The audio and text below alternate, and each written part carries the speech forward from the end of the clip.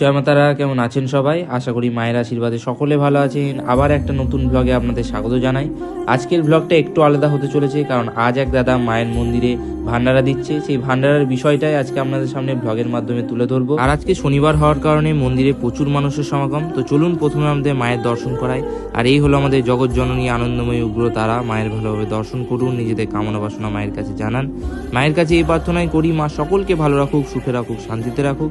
আর আপনাদের কাছে এইটুকুই অনুরোধ করি, ভিডিওটা একটু আপনার পরিবারের সাথে শেয়ার করে দিন, যাতে সকলে মায়ের এই অপূর্ব রূপে দর্শন করতে পারে।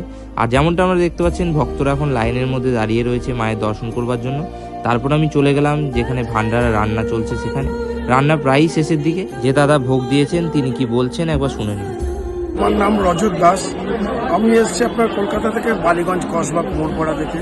তো আমি শুভ্রকে একটা দায়িত্ব দিয়েছিলাম যে এখানে